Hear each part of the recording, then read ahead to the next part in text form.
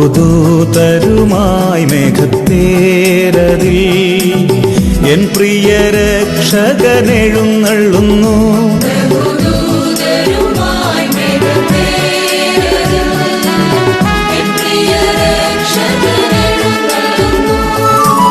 സർവമിഴികളും ദർശിച്ചിടുമാ പ്രത്യക്ഷത N യേശു വരുമ്പോൾ.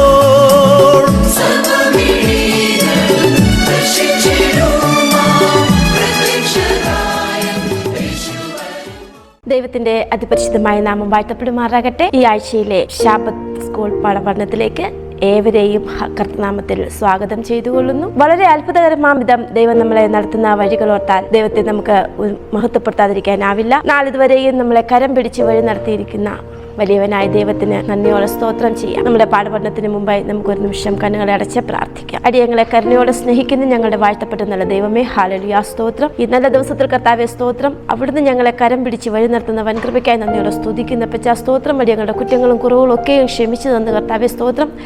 ഞങ്ങളെ ചേർത്ത് പിടിക്കുന്ന വൻകൃപയ്ക്കായി നന്ദിയോടെ സ്തുതിക്കുന്ന പറ്റാ സ്തോത്രം. ഹല്ലേലൂയ സ്വർഗ്ഗ നല്ല പിതാവേ, അവിടുത്തെ തിരുസാന്നിധ്യം അടിയങ്ങളുടെ പാഠപഠനത്തിൽ ഉണ്ടായിരിക്കണമെന്ന് യാചിക്കുന്ന പറ്റാ സ്തോത്രം. ഇതൊന്നും അടിയങ്ങളുടെ കഴിവല്ല, അവിടുന്ന് തരുന്ന ദാനത്താൽ, അവിടുന്ന് തരുന്ന അറിവിനാൽ കർത്താവെ അടിയങ്ങൾ പാഠം പഠിക്കുന്നു. അവിടുത്തെ തിരുസാന്നിധ്യം ഉണ്ടായിരിക്കണമെന്ന് പ്രാർത്ഥിക്കുന്നു. കരുണയും കൃപയും ഞങ്ങളെ നിറയ്ക്കണമെന്ന് പ്രാർത്ഥിക്കുന്ന പറ്റാ സ്തോത്രം. ഹല്ലേലൂയ. പാഠപഠനത്തിൽ കർത്താവെ സ്തോത്രം, അവിടുന്ന് നേതൃത്വം വഹിക്കണമെന്ന് പ്രാർത്ഥിക്കുന്ന പറ്റാ സ്തോത്രം. ഹല്ലേലൂയ. സ്വർഗ്ഗ നന്മകളെ നിറയ്ക്കണമെന്ന് പ്രാർത്ഥിക്കുന്നു. അവിടുന്ന് വേഗം വരണമെന്ന് പ്രാർത്ഥിക്കുന്നു. യേശു ക്രിസ്തുവിന്റെ വിലയേറിയ നാമത്തിൽ തന്നെ. ഈ ആഴ്ച നമുക്ക് പഠിക്കുവാനുള്ളത് 9ാമത്തെ പാഠം, നിയമം ജീവിക്കും. വളരെ മനോഹരമായ ഒരു പാഠമാണ് ദൈവം നമുക്ക് ഈ ആഴ്ച ഒരുക്കി തന്നിട്ടുള്ളത്. അതിന്റെ മനപ്പാഠം ഇപ്രകാരമാണ്: അപ്പോൾ കർത്താവ് മോശയോട് അരുളി ചെയ്തു, നീ ഇസ്രായേൽ മക്കളോട് ഇപ്രകാരം പറയണം, ഞാൻ സ്വർഗത്തിൽ നിന്ന് നിങ്ങളോട് സംസാരിച്ചത് നിങ്ങൾ കണ്ടിരിക്കുന്നു. എൻ്റെ അടുക്കൽ വെള്ളി കൊണ്ടുള്ള ദേവന്മാരെയോ സ്വർണം കൊണ്ടുള്ള ദൈവങ്ങളെയോ നിങ്ങൾ ഉണ്ടാക്കരുത്. പുറപ്പാട് പുസ്തകം 20-ാം അധ്യായം അതിന്റെ 22-23 വാക്യങ്ങൾ. മനപ്പാഠവാക്യം ഒരിക്കൽ കൂടി വായിക്കാം. അപ്പോൾ കർത്താവ് മോശയോട് അരുളി ചെയ്തു, നീ ഇസ്രായേൽ മക്കളോട് ഇപ്രകാരം പറയണം, ഞാൻ സ്വർഗത്തിൽ നിന്ന് നിങ്ങളോട് സംസാരിച്ചത് നിങ്ങൾ കണ്ടിരിക്കുന്നു. എൻ്റെ അടുക്കൽ വെള്ളി കൊണ്ടുള്ള ദേവന്മാരെയോ സ്വർണം കൊണ്ടുള്ള ദൈവങ്ങളെയോ നിങ്ങൾ ഉണ്ടാക്കരുത്. പുറപ്പാട് പുസ്തകം 20-ാം അധ്യായം അതിൻ്റെ 22-23 വാക്യങ്ങൾ. അതിൻ്റെ ശനിയാഴ്ചത്തെ പാഠഭാഗം നാം ഒന്ന് ചിന്തിക്കുമ്പോൾ നാം പഠിച്ചുകൊണ്ടിരിക്കുന്നത് ഇസ്രായേൽ മക്കളുടെ മിസ്രയീം ദേശത്തു നിന്നും വാഗ്ദത്ത ദേശത്തേക്കുള്ള പുറപ്പാടിനെ കുറിച്ചാണ്. അപ്രകാരം അവർ യാത്രാ മധ്യേ അനുഭവിച്ച കഷ്ടതകളും ദൈവം അവരെ നടത്തിയ വിധങ്ങളും ഒക്കെ നാം മനസ്സിലാക്കിക്കൊണ്ടിരിക്കുകയാണ്. അത്ഭുതകരമായ വിധം ദൈവം തന്റെ ജനത്തെ വിടുവിച്ചത് ഒരു പ്രത്യേക ഉദ്ദേശപ്രകാരമായിരുന്നു. അതായത് ഇസ്രായേൽ ദൈവത്തെക്കുറിച്ചും അവന്റെ സ്വഭാവത്തെക്കുറിച്ചുമുള്ള അറിവ് ലോകത്തിൽ പ്രകാശിപ്പിക്കുന്ന ഒരു ചാനൽ ആയിരിക്കണമെന്ന് ദൈവം ഇസ്രായേലിനെ കുറിച്ച് ആഗ്രഹിച്ചു. ഈ ആഗ്രഹ പൂർത്തീകരണത്തിനായി ഇസ്രായേൽ ജനം ചുറ്റുമുള്ള ജനതകളിൽ നിന്ന് വ്യത്യസ്തരായി മാറണമായിരുന്നു. ദൈവത്തിന്റെ നേതൃത്വത്തിനും അധികാരത്തിനും കീഴിൽ ജീവിക്കുന്ന ഒരു സമർപ്പിത വിശ്വാസ സമൂഹമായിട്ട് ഇസ്രായേൽ മാറേണ്ടതുണ്ടായിരുന്നു. അതിനുവേണ്ടി ദൈവം ന്യായാധിപന്മാരെ ഭരണാധികാരികളായും പുരോഹിതന്മാരെ ദൈവിക നിയമം പഠിപ്പിക്കുന്നവരായും നിയമിച്ചു. ദൈവിക നിയമങ്ങൾ പഠിപ്പിക്കുവാനും ആ ദൈവിക നിയമത്തിന് വിധേയരായിരിക്കാൻ തക്കവണ്ണം മാതാപിതാക്കളും നിർണായക പങ്കുവഹിച്ചു. നമുക്കറിയാം, ഏതൊരു മേഖലയിലായാലും നിയമങ്ങൾ നിർമ്മിക്കപ്പെടുമ്പോൾ ആ നിയമങ്ങൾ നിയമനിർമ്മാതാവിൻ്റെ ആദർശങ്ങളെയും ലക്ഷ്യങ്ങളെയും ഉദ്ദേശങ്ങളെയും സ്വഭാവത്തെയും ഒക്കെ വെളിപ്പെടുത്തും. ഈ വസ്തുത മനസ്സിലാക്കുവാനായി 2 ഉദാഹരണങ്ങൾ നമുക്ക് ചിന്തിക്കാം. ഒന്ന്, ഫറവോൻ ഒരു കൽപ്പന പുറപ്പെടുവിച്ചു. അത് ഏവർക്കും അറിയാം, എല്ലാ എബ്രായ ആൺകുഞ്ഞുങ്ങളെയും കൊല്ലുക. അപ്പോൾ തന്നെ നമുക്ക് മനസ്സിലാക്കാമല്ലോ ഫറവോന്റെ ലക്ഷ്യം എന്തായിരുന്നു? ഇസ്രായേൽ ജനതയുടെ തലമുറയെ നശിപ്പിക്കുക, അവരുടെ ആൾബലത്തെ കുറയ്ക്കുക. ഫറവോന്റെ സ്വഭാവമോ നീതിയില്ലാത്ത പ്രവൃത്തി, ദുഷ്ടത നിറഞ്ഞ ചിന്ത, അങ്ങനെ പോകുന്നു. അവിടെ ദുഷ്ടതയുടെ കണക്ക് മാത്രമാണ്. ഇത് ഫറവോനെ നമുക്ക് നേരിട്ട് ഇതിന് വിപരീതമായിട്ടൊന്ന് ചിന്തിച്ചു നോക്കിയാലോ? ഇപ്പോൾ ഈ പറഞ്ഞതിന് വിപരീതമായിട്ട് ചിന്തിച്ചാൽ, അതായത് എബ്രായ കുഞ്ഞുങ്ങളെ കൊല്ലുവാനുള്ള നിയമത്തിന് പകരം അവരെ സംരക്ഷിച്ച് സൗജന്യവും ഉന്നതവുമായ വിദ്യാഭ്യാസം നൽകി രാജ്യം തന്നെ അവരെ സംരക്ഷിക്കുക എന്ന നിയമമാണ് ഫറവോൻ സ്വീകരിച്ചിരുന്നതെങ്കിലോ ഫറവോന്റെ സ്വഭാവം നന്മ നിറഞ്ഞതും തൻ്റെ രാജ്യം അഭിവൃദ്ധിപ്പെടണമെന്ന ആഗ്രഹമുള്ള ഒരു രാജാവായിട്ട് നമുക്ക് സങ്കല്പിക്കുവാൻ, പരിഗണിക്കപ്പെടുവാൻ കഴിയുമായിരുന്നു. പക്ഷേ ഫറവോന്റെ ഹൃദയം കഠിനമായിട്ട് ദുഷ്ടത നിറഞ്ഞു. രണ്ടാമത്തെ ഉദാഹരണമായി നമുക്ക് ദൈവത്തിന്റെ നിയമം നോക്കാം. ദൈവത്തിന്റെ നിയമം ദൈവത്തെ വെളിപ്പെടുത്തുന്നു, ദൈവത്തിന്റെ സ്നേഹത്തെ വെളിപ്പെടുത്തുന്നു, ദൈവത്തിന്റെ നന്മയെ വെളിപ്പെടുത്തുന്നു, ദൈവത്തിന്റെ സ്വഭാവത്തെ വെളിപ്പെടുത്തുന്നു, ദൈവത്തിന്റെ കരുണ, നീതി, മൂല്യങ്ങൾ, തിന്മയോടുള്ള നിയന്ത്രണം, വെറുപ്പ് ഒക്കെ ആ ദൈവത്തിന്റെ നിയമത്തിൽ വ്യക്തമാണ്. ദൈവത്തോടുള്ള ബഹുമാനവും പരസ്പര ബഹുമാനവും ജീവിത മൂല്യങ്ങളോടുള്ള ബഹുമാനവും ദൈവിക നിയമങ്ങളുടെ അടിസ്ഥാനമാകിയാൽ തന്നെ സമൃദ്ധമായ ജീവിതത്തിന് ഇടം സൃഷ്ടിക്കുന്നതോടൊപ്പം തന്നെ അപകടങ്ങളിൽ നിന്നും ദുരന്തങ്ങളിൽ നിന്നും ഒക്കെ നമ്മെ സംരക്ഷിക്കുകയും ചെയ്യുന്ന നിയമങ്ങളാണ് ദൈവിക നിയമങ്ങൾ. അപ്പോൾ ദൈവിക നിയമങ്ങൾക്ക് അനേകം പ്രത്യേകതകളുണ്ട്. ദൈവിക നിയമം എന്ന് പറഞ്ഞാൽ ദൈവത്തിൻ്റെ സ്നേഹത്തെ വെളിപ്പെടുത്തുന്നു, ദൈവത്തെ വെളിപ്പെടുത്തുന്നു, ദൈവത്തിൻ്റെ നന്മ വെളിപ്പെടുത്തുന്നു, ദൈവത്തിൻ്റെ കരുണ, ദയ, നീതി, മൂല്യങ്ങൾ ഇവയെ വെളിപ്പെടുത്തുന്നു, തിന്മയോടുള്ള നിയന്ത്രണവും തിന്മയോടുള്ള വെറുപ്പും വെളിപ്പെടുത്തുന്നു, ദൈവത്തോടുള്ള ബഹുമാനം നമുക്ക് വെളിപ്പെടുത്തുന്നു, പരസ്പരം നമുക്ക് ബഹുമാനിക്കുവാൻ നമുക്ക് ദൈവിക നിയമം വഴി സാധിക്കുന്നു, സമൃദ്ധമായ ജീവിതത്തിന് ഇടം സൃഷ്ടിക്കുന്നതോടൊപ്പം തന്നെ അപകടങ്ങളിൽ നിന്ന് നമ്മെ ദൈവിക നിയമം വിടുവിക്കുന്നു, ദുരന്തങ്ങളിൽ നിന്ന് നമ്മെ സംരക്ഷിക്കുന്നു. ഇപ്രകാരം അനേകം പ്രത്യേകതകളുള്ള നല്ല ചിന്തകളുള്ള നിയമങ്ങളാണ് ദൈവിക നിയമങ്ങൾ എന്ന് പറയുന്നത്. ദൈവജനത്തെ കരുതുന്ന, സഹായിക്കുന്ന ദൈവിക നിയമങ്ങൾ അനുസരിച്ച് നമ്മുടെ ക്രിസ്തീയ ജീവിതം മുന്നോട്ട് കൊണ്ടുപോകുവാൻ, നിത്യരാജ്യത്തിന് അവകാശികളായി തീരുവാൻ, ദൈവിക നിയമങ്ങളെക്കുറിച്ചുള്ള അറിവുള്ളവരായി മാറുവാൻ ഈ പാഠഭാഗം നമ്മെ അനുഗ്രഹിക്കട്ടെ, സഹായിക്കുമാറാകട്ടെ. നമുക്ക് തുടർന്ന് പാഠഭാഗത്തിലേക്ക് പോകാം. ഉടമ്പടി സംഹിത എന്ന ഒരു പുതിയ തലക്കെട്ടാണ് നമുക്ക് അവിടെ നൽകിയിരിക്കുന്നത് ഞായറാഴ്ചത്തെ പാഠഭാഗത്തിൽ. അപ്പോൾ കഴിഞ്ഞ ഈ പാഠഭാഗം മനസ്സിലാക്കുന്നതിന് വേണ്ടിയിട്ട് നമ്മൾ കഴിഞ്ഞ 8ാം പാഠത്തിൻ്റെ ഒരു ചെറിയ ഭാഗം ഒന്ന് ചിന്തിക്കുന്നത് വളരെ നല്ലതായിരിക്കും. കഴിഞ്ഞ ആഴ്ചയിൽ 8ാം പാഠത്തിൽ നമ്മൾ പഠിച്ച കാര്യങ്ങളിൽ പ്രധാനപ്പെട്ട 1-2 കാര്യങ്ങൾ ഓർമ്മപ്പെടുത്തിക്കൊണ്ട് ഞാൻ ഈ പാഠത്തിലേക്ക് കടക്കാം. ഞായർ പാഠഭാഗത്തിൽ ദൈവം ഇസ്രായേൽ ജനത്തെ സീനായ് പർവ്വതത്തിലേക്ക് എത്തിക്കുന്നതായിട്ട് നമ്മൾ കണ്ടു. തിങ്കളാഴ്ചത്തെ പാഠഭാഗത്തിലേക്ക് ഇസ്രായേൽ ജനത്തെ ഒരു സമ്മാനത്തിനായിട്ട് ഒരുക്കുന്നത് നമ്മൾ പഠിച്ചു. ചൊവ്വാഴ്ച പാഠഭാഗത്തിൽ അവർക്ക് 10 കൽപ്പനകൾ സമ്മാനമായിട്ട് ദൈവം തൻ്റെ ജനത്തിന് നൽകിയതായും നാം പഠിച്ചു. അപ്പോൾ സീനായി പർവ്വതം മുകളിൽ വെച്ച് മോശയുടെ കൈവശം സീനായി പർവ്വതം മുകളിൽ വെച്ച് ദൈവം 10 കൽപ്പനകൾ ഇസ്രായേൽ ജനത്തിന് സമ്മാനമായി നൽകിക്കഴിഞ്ഞു. അങ്ങനെ ആ നിയമം നൽകിയതിലൂടെ താനുമായുള്ള ബന്ധത്തിലൂടെ, അതായത് ദൈവവും ഇസ്രായേൽ ജനവുമായുള്ള ബന്ധത്തിലൂടെ തൻ്റെ ജനത്തിന് എങ്ങനെ വിശുദ്ധ ജീവിതം നയിക്കാൻ സാധിക്കും, തൻ്റെ ജനത്തെ എങ്ങനെ വിശുദ്ധ ജീവിതം നയിക്കുവാൻ പഠിപ്പിക്കാം എന്നതിന് അടിസ്ഥാനമിടുകയായിരുന്നു ആ 10 കൽപ്പനയുടെ ആ സമ്മാനം എന്ന് പറയുന്നത്. എന്നാൽ ഈ നിയമത്തെ സഹായിക്കുന്ന, ഈ 10 കൽപ്പനകളെ സഹായിക്കുന്ന തത്വങ്ങൾ ദൈനംദിന ജീവിതത്തിൽ പ്രയോഗിക്കേണ്ടവയായിരുന്നു.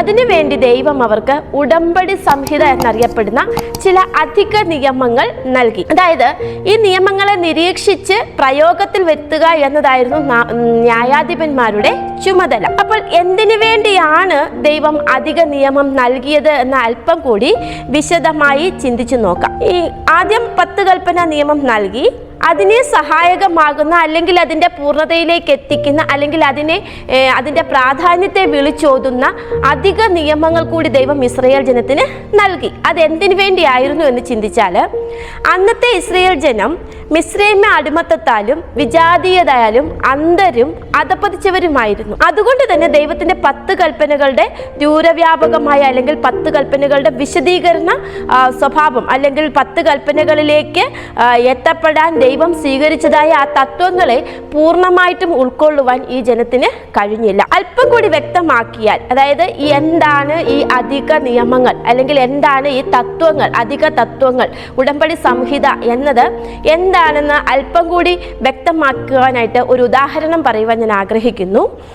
ഒരു ഉദാഹരണമായി നമുക്ക് നമ്മുടെ ഇന്ത്യൻ ഭരണഘടന എടുത്തു നോക്കാം. നമ്മുടെ ഇന്ത്യൻ ഭരണഘടനയിൽ ഇന്ത്യൻ പൗരന്റെ മൗലിക അവകാശങ്ങൾ പറഞ്ഞിട്ടുണ്ട്. ഭരണഘടന അനുശാസിക്കുന്ന പൗരൻ പാലിക്കേണ്ടതായ നിയമങ്ങളുമുണ്ട്. അവയോടൊപ്പം തന്നെ നിർദ്ദേശക തത്വങ്ങൾ എന്ന് പറയുന്ന ഒരു കൂട്ടം സംഗതികൾ കൂടി അവിടെ നൽകിയിട്ടുണ്ട്. അതായത് ഭരണഘടനയുടെ 4-ാം ഭാഗത്തിലാണ് ഈ തത്വങ്ങൾ ഉള്ളത്. അവ നമ്മുടെ രാജ്യം പിന്തുടരേണ്ട മാർഗനിർദ്ദേശങ്ങളാണ്. ഈ നിർദ്ദേശക തത്വങ്ങൾ കൂടി ഉണ്ടെങ്കിൽ മാത്രമേ ആ നിയമങ്ങൾക്കൊരു പൂർണ്ണത അല്ലെങ്കിൽ ആ നിയമങ്ങൾ പാലിക്കപ്പെടേണ്ടതായ ആ ശരിയായ രീതി അവിടെ നമുക്ക് മനസ്സിലാക്കുവാനായിട്ട് സാധിക്കത്തുള്ളൂ. ഒന്നുകൂടി പറഞ്ഞാൽ നീതി നിലനിർത്താൻ വ്യക്തിഗത സ്വാതന്ത്ര്യങ്ങളെ സംരക്ഷിക്കുന്ന മൗലിക അവകാശങ്ങളെ പൂർണ്ണമാക്കുന്നവയായിരുന്നു ഈ നിർദ്ദേശക തത്വങ്ങൾ. ഇതേ രീതിയിൽ അതായത് അപ്പോൾ ഈ ഒരു നിർദ്ദേശക തത്വങ്ങളും നിയമങ്ങളും പ്രാബല്യത്തിൽ ഇന്ത്യൻ ഭരണഘടനയിൽ വരുന്നതിന് മുൻപേ അത് ഇസ്രയേൽ ജനത്തിന് ദൈവം കൊടുത്തതായിരുന്നു. 10 കൽപ്പന കൊടുത്തതോടൊപ്പം തന്നെ അതിനെ സഹായിക്കുന്ന അല്ലെങ്കിൽ അതിനെ പൂർണ്ണമാക്കുന്നതിന് വേണ്ടിയിട്ട് അല്ലെങ്കിൽ അതിൻ്റെ പ്രാധാന്യത്തെ വിളിച്ചറിയിക്കുന്നതിന് വേണ്ടിയിട്ട് അതിനെ സഹായിക്കുന്ന അധിക നിയമങ്ങൾ കൂടി ദൈവം നൽകി. ഇതാണ് ഉടമ്പടി സംഹിത എന്ന് പറയുന്നത്. അതുപോലെ തന്നെ അക്കാലത്തും ദൈവത്തിൻ്റെ 10 കൽപ്പനകളെ കൂടാതെ ജനം അവരുടെ നന്മയ്ക്കും നീതിക്കും വ്യക്തിപരമായ സ്വാതന്ത്ര്യ സംരക്ഷണത്തിനുമൊക്കെയായിട്ട് വേറെ ചില തത്വങ്ങൾ കൂടി അല്ലെങ്കിൽ വേറെ നിയമങ്ങൾ കൂടി ദൈവം മോശെ മുഖാന്തരം ജനത്തിന് നൽകിയിരുന്നു. വേറെ ചില നിയമങ്ങൾ എന്ന് പറഞ്ഞാൽ ഇത് 10 കൽപ്പനയിൽ നിന്നും വേറിട്ടതല്ല. 10 കൽപ്പനകളിലേക്ക് എത്തുന്ന ചില തത്വങ്ങൾ, 10 കൽപ്പനകളെ വിശദീകരിക്കുന്ന ചില തത്വങ്ങൾ, 10 കൽപ്പനകളുടെ പ്രാധാന്യം അറിയിക്കുന്ന ചില തത്വങ്ങളായിരുന്നു ദൈവം അവർക്ക് മോശെ മുഖാന്തരം നൽകിയത്.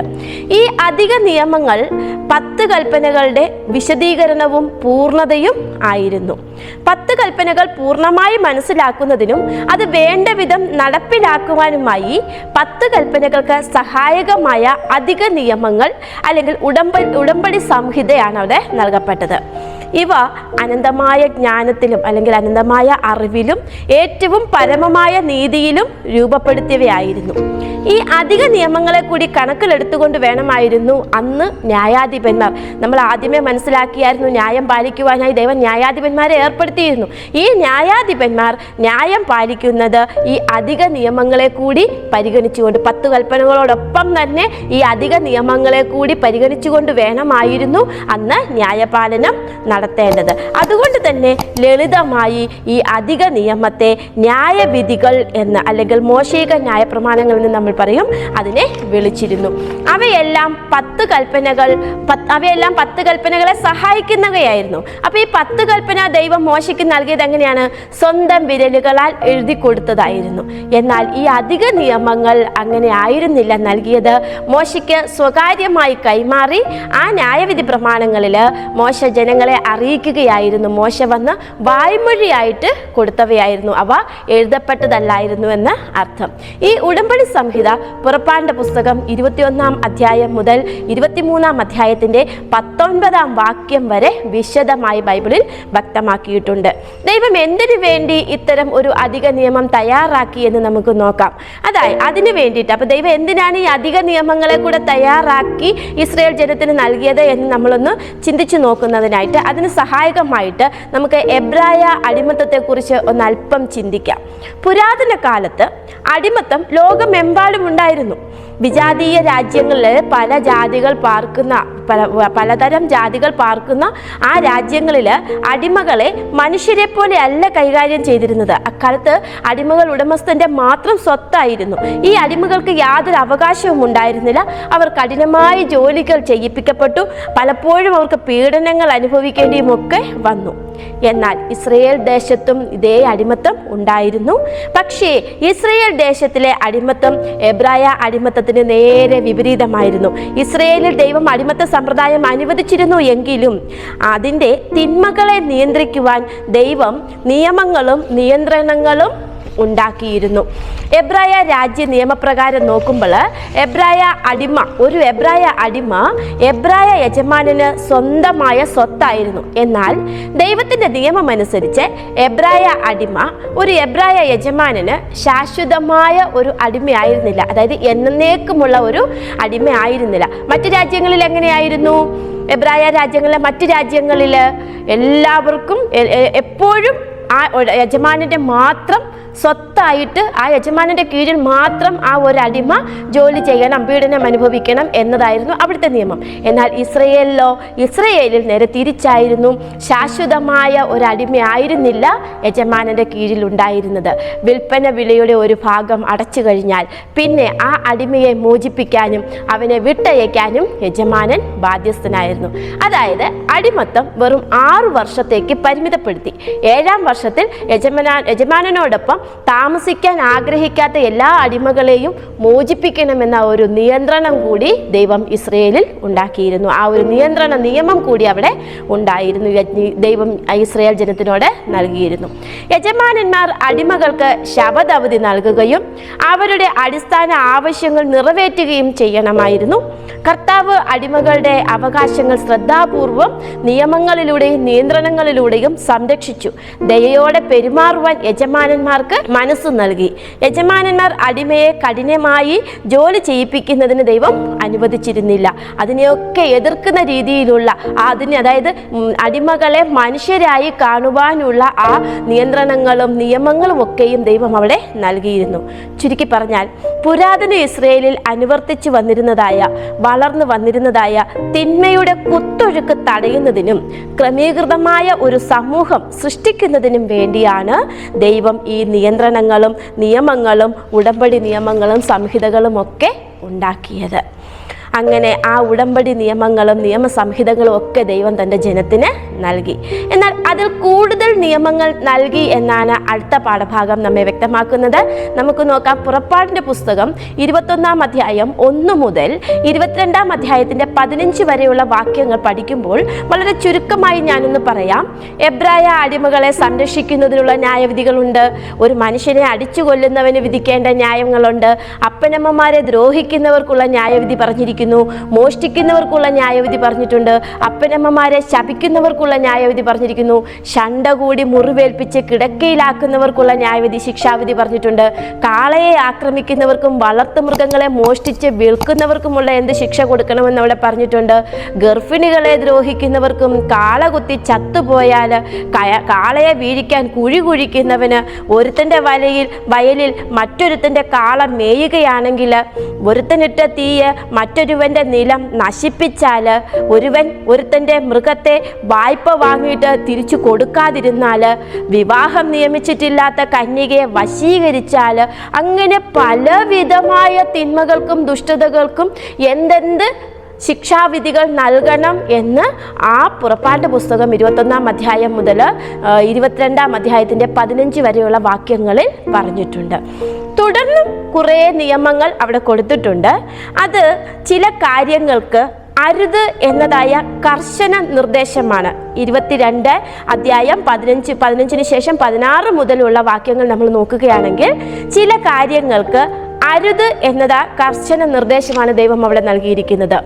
ക്ഷുദ്രക്കാരത്തിയെ ജീവനോടെ വയ്ക്കരുത്, ദൈവത്തെ ദുഷിക്കരുത്, വ്യാജവർത്തമാനം പരത്തരുത്, ദരിദ്രന്റെ ന്യായം മറിച്ചു കളയരുത് എന്നിങ്ങനെ പോകുന്നു ആ അരുത് എന്ന് പറയുന്ന ആ കർശന നിർദ്ദേശങ്ങൾ. ഇവയ്ക്ക് ഓരോന്നിനും ഇനി അഥവാ അങ്ങനെ നൽകിയാൽ ഈ അരുത് എന്ന് പറയുന്ന കർശന നിയമങ്ങൾ ചെയ്തു പോയാൽ അവയ്ക്ക് ഓരോന്നിനും നൽകേണ്ടതായ ശിക്ഷാവിധിയും അവിടെ എണ്ണി എണ്ണി പറഞ്ഞിട്ടുണ്ട്. ഇവയിൽ മിക്കതും മനുഷ്യന്റെ വ്യക്തിപരമായ മൂല്യങ്ങളെ സംരക്ഷിക്കുവാൻ സഹായകമായിരുന്നു. 22-ാം അധ്യായം പുറപ്പാടിന്റെ പുസ്തകം 22-ാം അധ്യായം അതിന്റെ 16-ാം വാക്യം ഇപ്രകാരം പറയുന്നു: വിവാഹത്തിന് നിയമിക്കപ്പെടാത്ത ഒരു കന്യകയെ ഒരുത്തൻ വശീകരിച്ച് അവളോടുകൂടെ ശയിച്ചാൽ അവൻ സ്ത്രീധനം കൊടുത്ത് അവളെ വിവാഹം കഴിക്കണം. വീണ്ടും 23-ാം അധ്യായം അതിന്റെ 9-ാമത്തെ വാക്യം പറയുന്നു: പരദേശിയെ ഉപദ്രവിക്കരുത്, നിങ്ങൾ മിസ്രയീം ദേശത്ത് പരദേശികളായിരുന്നത് കൊണ്ട് പരദേശിയുടെ അനുഭവം അറിയുന്നുവല്ലോ. അപ്പൊ ഈ രണ്ട് വാക്യങ്ങൾ ദൈവത്തിൻ്റെ നിയമങ്ങളിലെ വ്യത്യസ്തതയാണ് നമുക്കിവിടെ കാണുന്നത്. ആദ്യത്തേത് എന്താണ് പറഞ്ഞിരിക്കുന്നത്?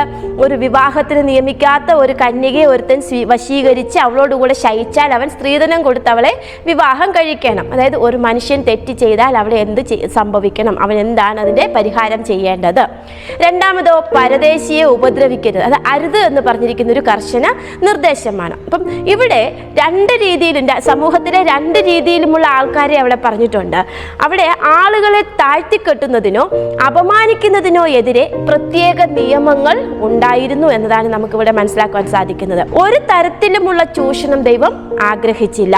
ദൈവം തന്റെ കാരുണ്യത്താൽ മനുഷ്യഹൃദയത്തിന്റെ പാപപ്രവണതകളെ തിരുത്തുകയും ആളുകളുടെ സ്വാഭാവിക ചായ്വുകളെ നിയന്ത്രിക്കുകയും ചെയ്തു. വ്യക്തികളെ മാനിക്കുകയും സൂക്ഷിക്കുകയും ചെയ്യുന്നത് മൂലം അവിടെ സമൂഹത്തെ സംരക്ഷിച്ചു.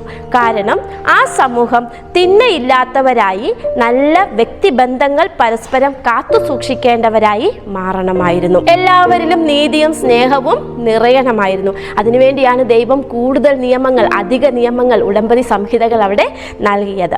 പുറപ്പാടിന്റെ പുസ്തകം 23-ാം അധ്യായം അതിൻ്റെ 10 മുതൽ 19 വരെയുള്ള വാക്യങ്ങൾ പഠിക്കുമ്പോൾ ദൈവത്തിൻ്റെ ശബദ് ആരാധനയ്ക്കുള്ള അധിക നിയമങ്ങൾ നമുക്കവിടെ കാണുന്നു. അതായത് 10 കൽപ്പനകളിലെ 4-ാം കൽപ്പനയെ എപ്രകാരം ആചരിക്കണമെന്ന് വിശദമാക്കുന്ന 4-ാം കൽപ്പനയുടെ പ്രാധാന്യത്തെ വ്യക്തമാക്കുന്ന നിയമങ്ങളാണ് അവിടെ പറഞ്ഞിരിക്കുന്നത്. 6 സംവത്സരം കൃഷി ചെയ്യുക, 7-ാം വർഷം അത് വെറുതെ ഇടുക. 6 ദിവസം വേല ചെയ്യുക, 7-ാം ദിവസം സ്വസ്ഥമായിരിക്കുക. അതും വീട്ടിലെ അതിഥികള്, മൃഗങ്ങള്, വേലക്കാര് ആരൊക്കെ ഉണ്ടെങ്കിലും അവരെല്ലാം എന്ത് ചെയ്യരുത്? വേല ചെയ്യുന്നവരെല്ലാം സ്വസ്ഥമായിരുന്ന ശബദ് ആചരിക്കണം. സംവത്സരത്തിൽ 3 പ്രാവശ്യം ഉത്സവം ആചരിക്കണം. പുളിപ്പില്ലാത്ത അപ്പത്തിന്റെ ഉത്സവം ആചരിക്കണം, കൊയ്ത്തു പെരുന്നാൾ ആചരിക്കണം, കായ്കനി പെരുന്നാൾ ഒക്കെ ആചരിക്കണം എന്നവിടെ പറഞ്ഞിട്ടുണ്ട്. വർഷത്തിൽ 3 പ്രാവശ്യം പുരുഷന്മാർ യഹോവയുടെ അടുക്കൽ ചെല്ലണം. യാഗരക്തം അർപ്പിക്കരുത്, പ്രഥമ ഫലം ആലയത്തിൽ കൊണ്ടുവരണം എന്നിങ്ങനെ ചില പ്രധാന നിയമങ്ങളും അവിടെ പറഞ്ഞിട്ടുണ്ട്. ഈ നിയമങ്ങൾ ഉത്സവങ്ങളെക്കുറിച്ചും ആരാധനകളെക്കുറിച്ചുമുള്ള ഓർമ്മപ്പെടുത്തലുകളായിരുന്നു.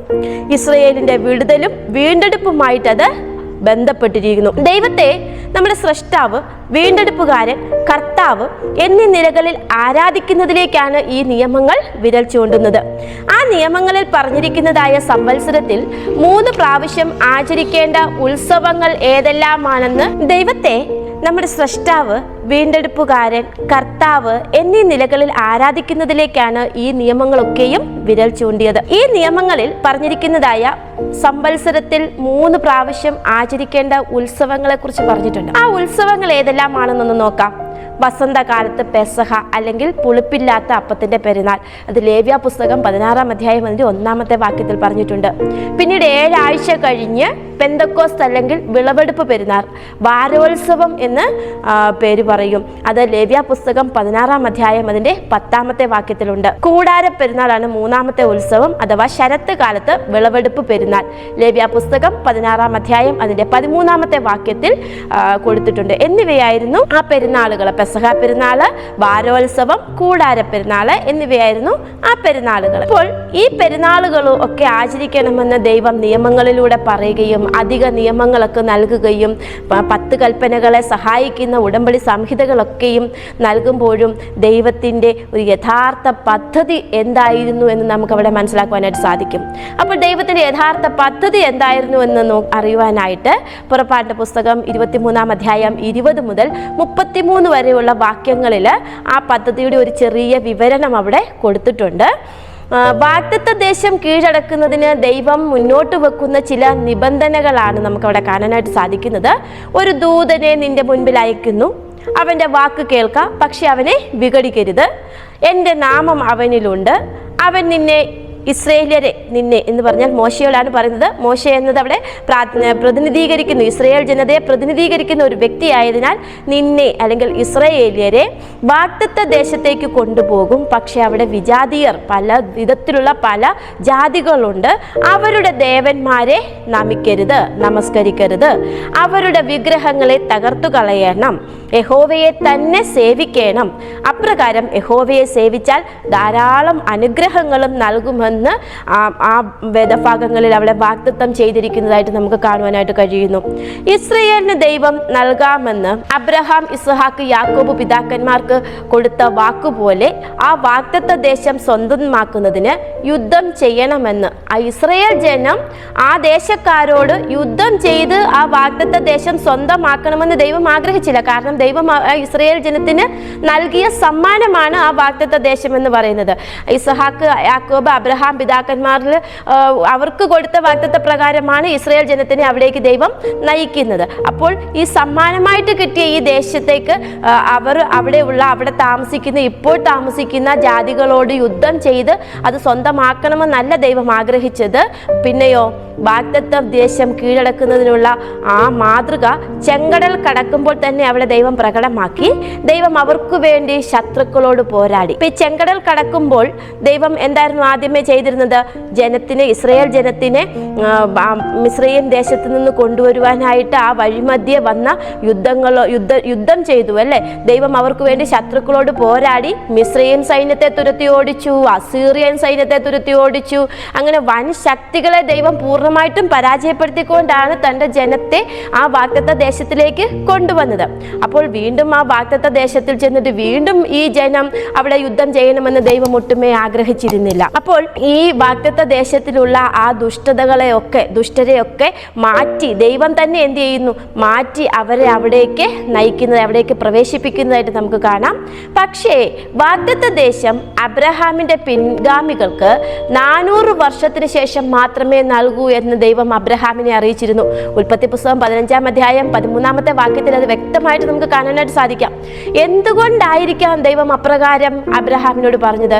400 വർഷത്തിന് ശേഷം മാത്രമേ നിന്റെ പിൻഗാമികൾക്ക് ആ ദേശത്ത് കടക്കാൻ സാധിക്കുകയുള്ളൂ എന്ന് എന്തുകൊണ്ടായിരിക്കാം ദൈവം അബ്രഹാമിനോട് അങ്ങനെ പറഞ്ഞത്? കനാൻ ദേശത്ത് നിവാസികളുടെ ദുഷ്ടതയുമായിട്ട് ബന്ധപ്പെട്ടാണ് ദൈവം അപ്രകാരം പറഞ്ഞത്. അവർ ദൈവത്തിനും, കനാൻ ദേശത്തെ ആൾക്കാർ ദൈവത്തിനും ദൈവത്തിൻ്റെ മൂല്യങ്ങൾക്കും എതിരായിരുന്നു. ദൈവം അവരോട് കരുണയോടെ ഇടപെട്ടു. അവർ ദൈവത്തിൻ്റെ മൂല്യങ്ങൾക്കൊക്കെ എതിരായിരുന്നുവെങ്കിലും ദൈവം അവരോട് കരുണയോടെ ഇടപെടുകയാണ്. അവർക്ക് അനുതപിക്കുവാനും മാനസാന്തരപ്പെടുവാനും കൃപയുടെ സമയമൊക്കെ നൽകി. പക്ഷേ അവരുടെ ദുഷ്ടത തുടർന്നുകൊണ്ടേയിരുന്നു. അവരുടെ അകൃത്യം തികഞ്ഞു കഴിഞ്ഞപ്പോൾ, ഇരുട്ടായപ്പോൾ പുകയുന്ന ഒരു തീച്ചൂള അവരുടെ നടുവേ കടന്നുപോയി. അന്ന് അബ്രഹാമിനോട് നിയമം ചെയ്തു, നിന്റെ സന്തതിക്ക് മിസ്രയീം നദി തുടങ്ങി മഹാനദി വരെയുള്ള ദേശത്തെ തന്നിരിക്കുന്നു എന്ന് അരുളി ചെയ്തു. അപ്പോൾ ഇവിടെ ആ ദേശത്തെ, വാഗ്ദത്ത ദേശത്തെ ഇസ്രയേൽ ജനത്തിന് നൽകണമെങ്കിൽ അവിടെ ഉള്ള നേരത്തെ ഉണ്ടായിരിക്കുന്നതായ, തുടർന്ന് വന്നിരിക്കുന്നതായ ദുഷ്ടരെ മാറ്റണം, ദുഷ്ടത ഇല്ലാതാക്കണം, ഒരു നല്ല വിശുദ്ധ ദേശമായിട്ട് അവർക്കത് നൽകണം. വാഗ്ദത്ത ദേശം അവർക്ക് നൽകണം. അവിടെ നടമാടിക്കൊണ്ടിരിക്കുന്ന ദുഷ്ടതയും അക്രമവും അനീതിയും എല്ലാം അവിടുന്ന് മാറ്റേണ്ടതായിട്ടുണ്ട്. അതിന് ദൈവം തന്നെ മുൻകൈ എടുത്ത് അവരെ എല്ലാം ഓടിച്ചു കളയണമായിരുന്നു. അപ്പോൾ ഈ വാഗ്ദത്ത ദേശം അവർക്ക് കൊടുക്കണമെങ്കിൽ ആ ദുഷ്ടതയെ മാറ്റുവാനായിട്ട് ഫലപ്രദമായ 2 രീതികളിലൂടെ ആ ജാതികളെ അവിടെ നിന്ന് പുറത്താക്കുമെന്ന് ദൈവം പറഞ്ഞു. അതായത് ഈ വാഗ്ദാനം ആ ജാതികളെ അവിടുന്ന് പുറത്താക്കിയിട്ട് നിങ്ങളെ അവിടേക്ക് പ്രവേശിപ്പിക്കാം എന്നതായിരുന്നു വാഗ്ദാനം. അപ്പോൾ ഈ വാഗ്ദാനം പുറപ്പാടിന്റെ പുസ്തകം 23-ാം അധ്യായം 27-28 വാക്യങ്ങളിൽ വ്യക്തമാണ്. എൻ്റെ ഭീതിയെ ഞാൻ നിന്റെ മുമ്പിൽ അയച്ച് നീ ചെല്ലുന്നിടത്തുള്ള ജാതികളെ ഒക്കെയും അമ്പരപ്പിക്കുകയും നിന്റെ സകല ശത്രുക്കളെയും നിന്റെ മുമ്പിൽ നിന്ന് ഓടിക്കുകയും ചെയ്യും. അപ്പം നീ ചെല്ലുന്നിടത്തൊക്കെയും എന്ന് പറഞ്ഞാൽ ഈ ഇസ്രയേൽ ജനം എവിടേക്കാണ് പോകുന്നത്? വാഗ്ദത്ത ദേശത്തിലേക്കാണ് പോകുന്നത്. അപ്പോൾ അവിടെയുള്ള ജാതികളെയൊക്കെയും അമ്പരപ്പിക്കും. എപ്രകാരം അമ്പരപ്പിക്കും? എൻ്റെ ഭീതിയെ ഞാൻ നിന്റെ മുൻപിൽ അയക്കും. നീ പോകുന്നതിന് മുൻപേ ദൈവത്തിൻ്റെ ഭീതിയെ അവിടെ അയച്ചിട്ട് ആ ജാതികളെ അമ്പരപ്പിക്കും. എന്നിട്ടോ നിന്റെ സകല ശത്രുക്കളെയും നിന്റെ മുമ്പിൽ നിന്ന് ഓടിപ്പിക്കും. നിന്റെ മുമ്പിൽ നിന്ന് ഹിവ്യനെയും കനാന്യനെയും ഹിത്തിനെയും ഓടിച്ചു കളവാൻ ഞാൻ നിനക്ക് മുമ്പായി കടന്നലിനെ അയക്കും. ഇനി രണ്ടാമത്തെ മാർഗം ഏതാണ്? കടന്നലിനെ അയക്കുക.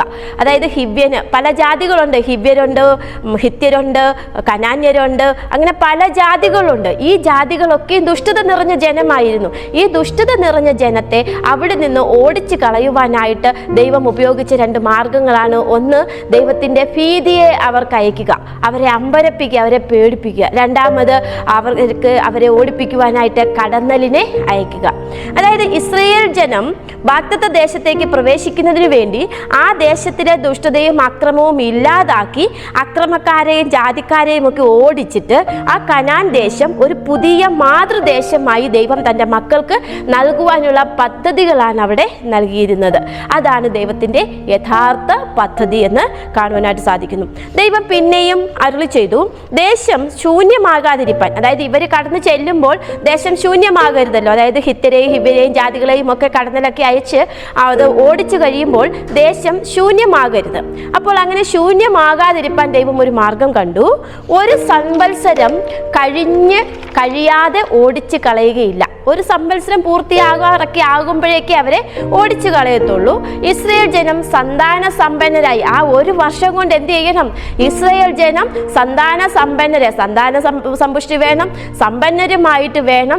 ആ ദേശം നിറയുന്നത് വരെ കുറേശ്ശെയായിട്ട് മാത്രമേ അവരെ ഓടിക്കുകയുള്ളൂ. കുറേ ദേശത്തിലെ നിവാസികളെ ഈ ഇസ്രായേൽ ജനവും ഓടിച്ചു വിടണം. പക്ഷെ അവരോടോ അവരുടെ ദൈവങ്ങളോടോ യാതൊരു ഉടമ്പടിയും പാടില്ല എന്നും ദൈവം അവർക്കൊരു നിയമം കൊടുത്തു. എന്തിനാണ് ഈ ജനത്തെയും ജാതിയെയും ദൈവം ഓടിച്ചു വിടുന്നത്?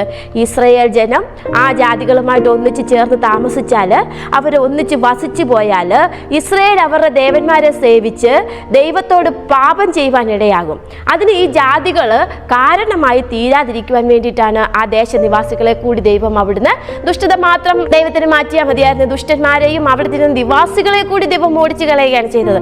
അതെന്തിനാണ്? അവിടുത്തെ നിവാസികൾ അവരുടെ ദൈവത്തെ നമസ്കരിക്കുവാനായിട്ട് ഈ ഇസ്രായേൽ ജനത്തിനെ പ്രേരിപ്പിച്ചാലോ, അപ്പോൾ ഇസ്രായേൽ ജനം അങ്ങനെ ദൈവത്തോട് പാപം ചെയ്താലോ എന്നുള്ള ആ ഒരു കാരണം മൂലമാണ് ആ ദേശനിവാസികളെ കൂടി അവിടുന്ന് ഓടിച്ചു വിടുന്നത്. ഇസ്രായേലിയർ വാഗ്ദത്ത ദേശം സ്വന്തമാക്കുന്നതിൽ ദൈവത്തിന് മാത്രമല്ല, ദൈവത്തിൻ്റെ ദൂതനും, ഇവിടെ ദൂതൻ എന്ന് പറയുന്നത് കർത്താവായ യേശുക്രിസ്തുവാണ്, ഒരു നിർണായക പങ്ക് അവിടെ വഹിക്കുന്നുണ്ട്. പ്രദേശങ്ങൾ കീഴടക്കിയും ഇസ്രായേലിനെ സംരക്ഷിച്ചും നയിച്ചതുമായ ഒരു ദൂതൻ ക്രിസ്തു ആയിരുന്നു. പകൽ മേഘസ്തംഭവും ഇരുട്ടിൽ അഗ്നിസ്തംഭവുമായി യേശുക്രിസ്തു അവരോടൊപ്പം ആയിരുന്നു. കാരണം ക്രിസ്തുവിന് ദിവ്യമായ ആ ഒരു അധികാരം അവിടെ ഉണ്ടായിരുന്നു. ക്രിസ്തുവിൻ്റെ നേതൃത്വത്തിൽ അവർക്ക് വിശ്വാസക്കുറവുണ്ടായിരുന്നു, ദൈവഹിതത്തോട് ധിക്കാരവും ഉണ്ടായിരുന്നു. ഇത് ഇസ്രായേൽ ജനത്തിൻ്റെ പുരോഗതിയെ സങ്കീർണമാക്കി. അങ്ങനെ ദൈവത്തിൻ്റെ ഹിതപ്രകാരം അവരവിടെ ആ വാഗ്ദത്ത ദേശത്തിലേക്ക് കടക്കുകയാണ്. പക്ഷേ അവരുടെ ക്രിസ്തുവിൻ്റെ നേതൃത്വത്തിലുള്ള അവരുടെ വിശ്വാസക്കുറവും ദൈവഹിതത്തോടുള്ള ധിക്കാരവും കാരണം അവരുടെ ആ കടക്കലിനെ, ആ പ്രവേശനത്തിനെ അവിടെ സങ്കീർണമാക്കുകയാണ്. കണ്ണിന് പകരം കണ്ണ് എന്ന ഒരു വാക്കാണ്, ആ ഒരു തലക്കെട്ടാണ് ഇനി നമുക്ക് പഠിക്കുവാനുള്ളത്. ഈ വാക്ക് നമുക്ക് പരിചിതമാണ്. മോശിക ന്യായപ്രമാണത്തിലെ, അതായത് പുറപ്പാടിന്റെ പുസ്തകം 21-ാം അധ്യായത്തിലെ 24-ാം വാക്യത്തിലാണ് ഈ നിയമം നമുക്ക് കാണുവാൻ കഴിയുന്നത്. ഇത് മനുഷ്യർ തമ്മിൽ ദുഷ്ടത കാരണം ശണ്ട കൂടുമ്പോൾ, അവർക്ക് തമ്മിൽ അടിയൊക്കെ ഉണ്ടായി കഴിയുമ്പോൾ അവിടെ പാലിക്കുന്ന ഒരു നിയമമാണ് അവിടെ പറഞ്ഞിരിക്കുന്നത്. എന്നാൽ ഈ നിയമത്തിന്റെ വിശദീകരണത്തെ മത്തായി 5:38 മുതൽ 40 വരെയുള്ള വാക്യങ്ങളിൽ ഇപ്രകാരം പറയുന്നു: കണ്ണിന് പകരം കണ്ണും പല്ലിന് പകരം പല്ലും എന്ന് അരുളി ചെയ്തത് നിങ്ങൾ കേട്ടിട്ടുണ്ടല്ലോ. ഞാനോ നിങ്ങളോട് പറയുന്നത്, ദുഷ്ടനോട് എതിർക്കരുത്. നിന്റെ വലത്തെ ചെകിടത്ത് അടിക്കുന്നവന് മറ്റേതും തിരിച്ചു കാണിക്ക. നിന്നോട് വ്യവഹരിച്ച് നിന്റെ വസ്ത്രമെടുപ്പാൻ ഇച്ഛിക്കുന്നവന് നിന്റെ പുതപ്പും വിട്ടുകൊടുക്ക എന്ന്. ഈ മത്തായി സുവിശേഷത്തിലെ ഈ 5-ാം അധ്യായത്തിലെ വാക്യം നമുക്കറിയാം. ഈ 5-ാം അധ്യായം എന്ന് പറയുന്നത് കർത്താവായ യേശുക്രിസ്തുവിന്റെ ഗിരിപ്രഭാഷണമാണ്. ഇവിടെ ദൈവം പറഞ്ഞിരിക്കുന്ന നിയമങ്ങളുടെ യഥാർത്ഥ അർത്ഥം യേശു പുനഃസ്ഥാപിക്കുവാൻ തന്റെ ഗിരിപ്രഭാഷണത്തിലൂടെ ശിഷ്യർക്കും ജനത്തിനുമായി പങ്കുവച്ച വാക്കുകളാണിത്.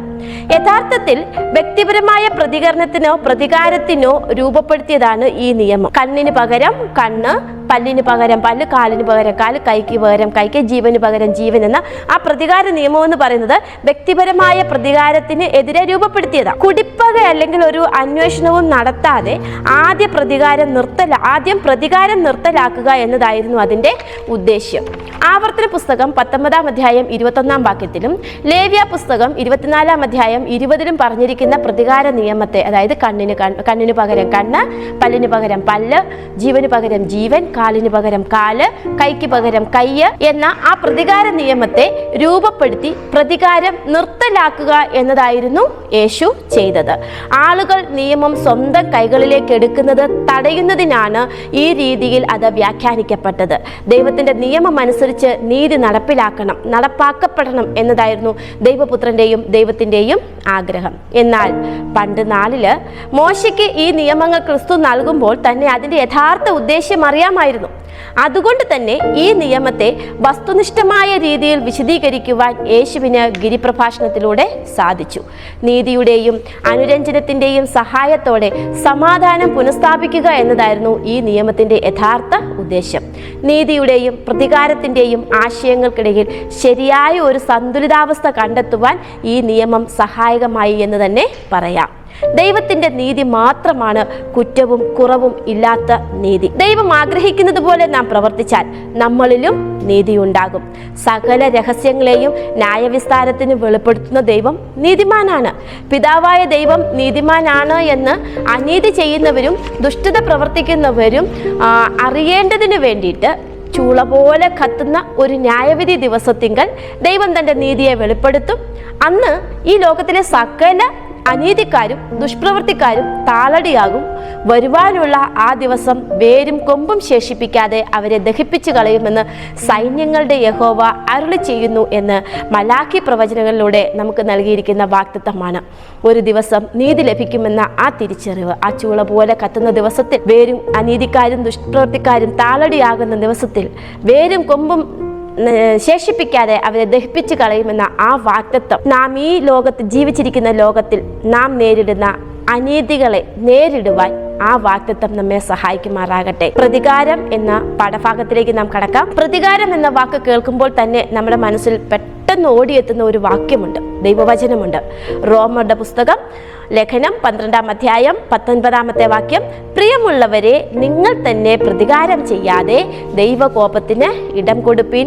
പ്രതികാരം എനിക്കുള്ളത്, ഞാൻ പകരം ചെയ്യും എന്ന് കർത്താവ് അരുളിച്ചെയ്യുന്നു. പ്രതികാരത്തെക്കുറിച്ച് ഉള്ള ഇതേ ആശയം പഴയ നിയമത്തിലും പറഞ്ഞിരിക്കുന്നു. ആവർത്തന പുസ്തകം 32-ാം അധ്യായം അതിന്റെ 35-ാം വാക്യത്തില്, അവരുടെ കാൽ വഴുതും കാലത്തേക്ക് പ്രതികാരവും പ്രതിഫലവും എൻ്റെ പക്കലുണ്ട്, അവരുടെ അനർത്ഥ ദിവസം അടുത്തിരിക്കുന്നു, അവർക്ക് ഭവിപ്പാനുള്ളത് ബന്ധപ്പെടുത്തുന്നു. ഇപ്പോൾ ഇല്ലാത്ത നീതി, അതായത് ഇന്ന് നിലവിലില്ലാത്ത നീതി, അതായത് ഇത്തിരി വ്യക്തമായിട്ട് പറഞ്ഞാൽ കുറ്റമറ്റ നീതി കൊണ്ടുവരുന്നത് കർത്താവാണ്. അതുവരെ ഉപദ്രവമോ പരിക്കോ സംഭവിക്കുമ്പോൾ ന്യായമായ ശിക്ഷ നിർണയിച്ച് നിയമം നടപ്പിലാക്കുക എന്നതായിരുന്നു പുരാതന ഇസ്രയേലിലെ ന്യായാധിപന്മാരുടെ കടമ. അല്ലാതെ പ്രതികാരത്തിന് വേണ്ടി ആയിരുന്നില്ല. കണ്ണിന് പകരം കണ്ണ്, ജീവന് പകരം ജീവൻ, പല്ലിന് പകരം പല്ല്, കൈക്ക് പകരം കൈ, കാലിന് പകരം കാൽ എന്നുള്ള ആ പ്രതികാര നിയമം പ്രതികാരത്തിന് വേണ്ടി ആയിരുന്നില്ല.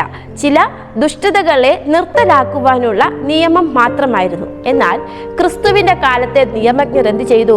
വ്യക്തിപരമായ പ്രതികാരത്തിനുള്ള വാതിൽ തുറക്കുന്ന വിധത്തിൽ ഈ നിയമത്തെ വളച്ചൊടിച്ചു എന്നതായിരുന്നു അവിടുത്തെ പ്രശ്നം. അപ്രകാരം യഥാർത്ഥ തത്വത്തെ അതിന്റെ ഉദ്ദേശ ലക്ഷ്യത്തിൽ നിന്നും വഴിതിരിച്ചു വിട്ടു.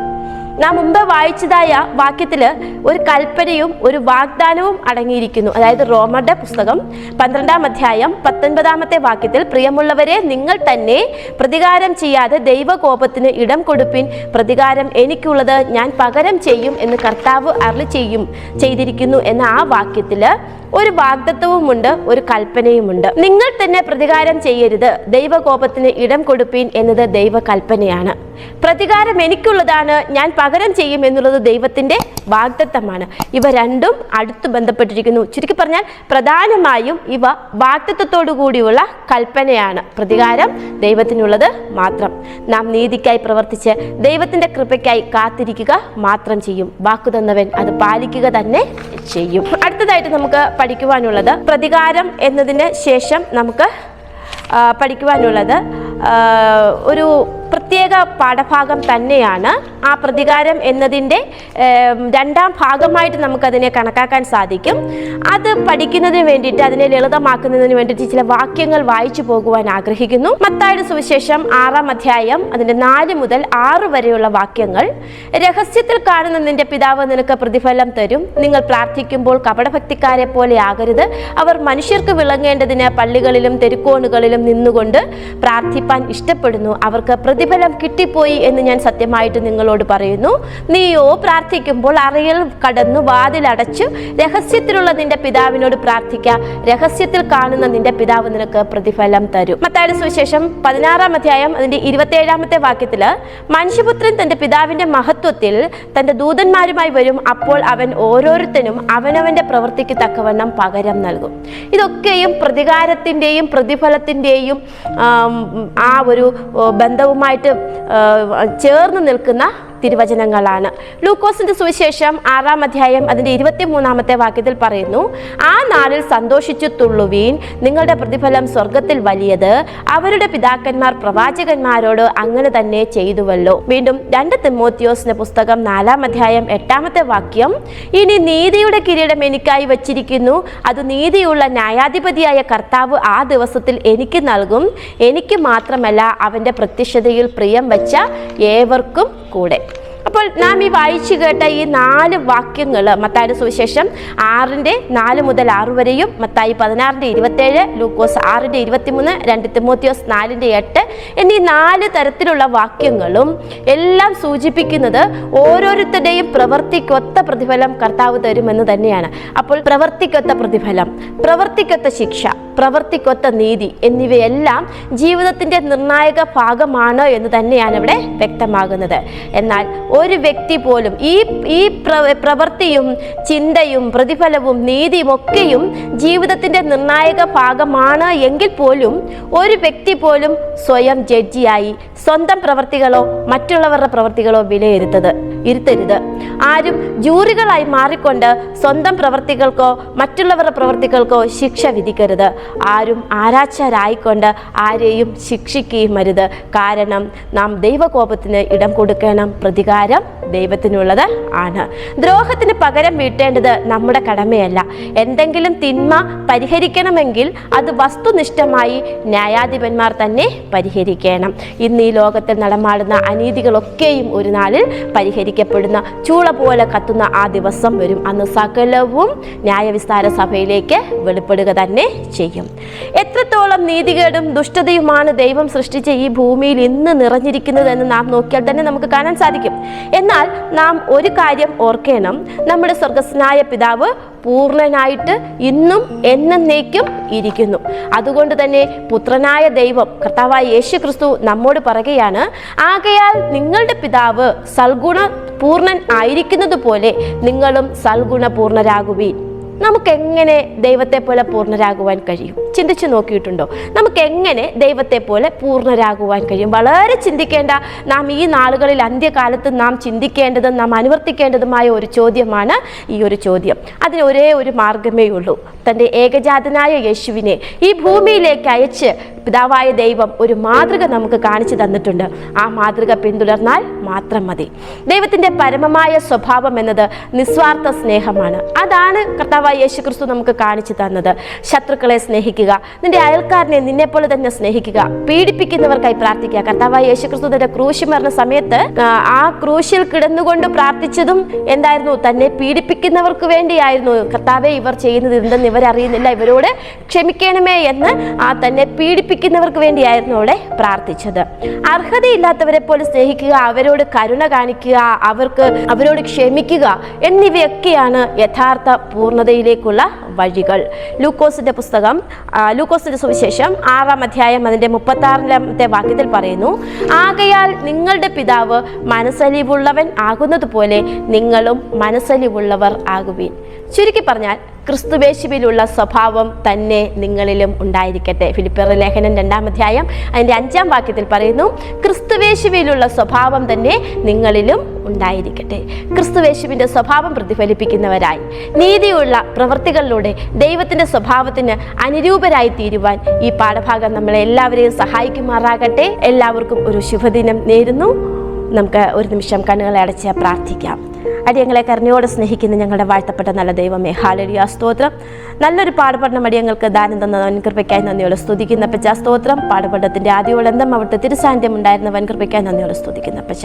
അങ്ങയുടെ സ്വഭാവം തന്നെ ഞങ്ങളിൽ പ്രതിഫലിക്കുവാൻ കർത്താവെ, അങ്ങയുടെ സ്വഭാവത്തോട് അനുരൂപരായിരിക്കുവാൻ തക്കവണ്ണം കർത്താവെ, അവിടുത്തെ സ്വഭാവത്തിൽ ജീവിക്കുവാൻ അടിയങ്ങളെ സഹായിക്കണമെന്ന് പ്രാർത്ഥിക്കുന്നു. അതിനായി ഈ പാഠഭാഗം ഓരോരുത്തരുടെയും ഹൃദയങ്ങളിൽ പരിവർത്തിക്കപ്പെടണമെന്ന് പ്രാർത്ഥിക്കുന്ന പച്ച സ്തോത്രം. സർവ്വവും ഞങ്ങൾക്കായി ജീവൻ പിടിഞ്ഞ യേശു ക്രിസ്തുവിൻ്റെ വിലയേറിയ നാമത്തിൽ തന്നെ ആമേൻ.